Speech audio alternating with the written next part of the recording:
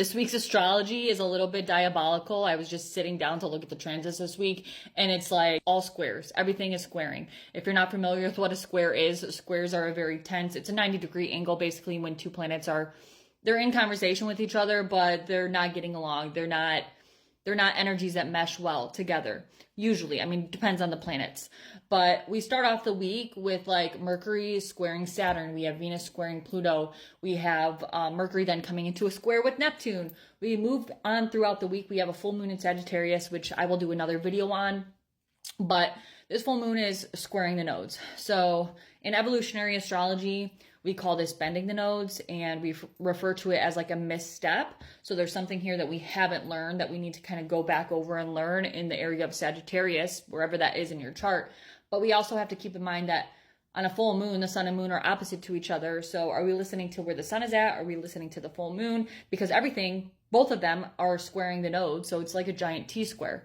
So we'll talk about that in the full moon video. But we go and progress throughout the week. And then by Father's Day, we have Mars square Uranus and Jupiter square Saturn. And it's a lot. I also just want to say Mercury just moved into Cancer.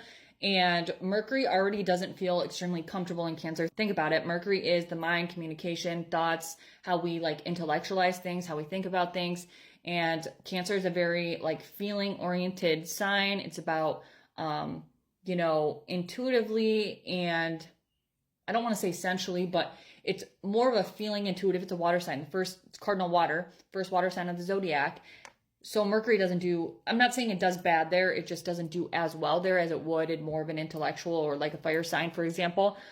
So we start off with Mercury squaring Saturn, which puts a restriction on our ability to like articulate anything. And then as we progress throughout Monday, Mercury moves into a square with Neptune. Now, to me, Mercury square Neptune is like deception. It's got deception written all over it.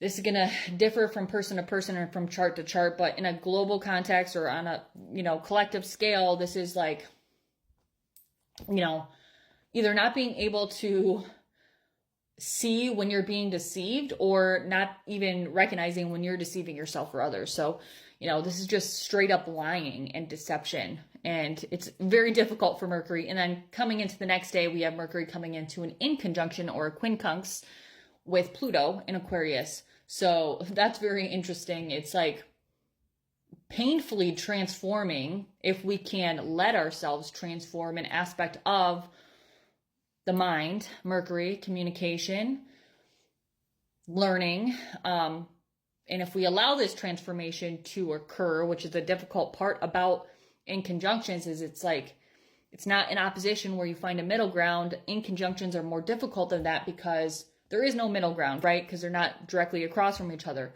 So with in conjunctions, there really has to be like almost this level of sacrifice. What are you willing to sacrifice in order to endure this transformation of the mind? I also want to say that I do think that there is ability this week to like heal from all this tense astrological energy. I mean, that's always kind of like the premise. Like we're trying to grow through our knowledge of astrology, our understanding of astrology, and Chiron is an area that we can usually do that. So Mars is kind of going through a difficult time this week, especially later on in the week. Mars is in Leo still. Mars does trine Chiron on Tuesday. And this, we've been struggling with this Chiron and Aries wound for quite some time. Chiron moves very slowly. And that's like, a lot of wounds within the self, within the ego. And Mars is the ruler of Aries, and it's making a trine. So this can really motivate us and give us confidence, courage, energy, motivation to be able to integrate what we've learned from this transit of Chiron in Aries and kind of move to the end of the healing scale of that journey. As we move on throughout the week, though, Mars does come into a square with Uranus on Father's Day, Sunday on Father's Day, the 15th. And not only that, we have Jupiter, which just moved into Cancer, squaring to Saturn. So there's definitely a lot going on this week. The moon will start off in Sag. It will move into Capricorn and then Aquarius.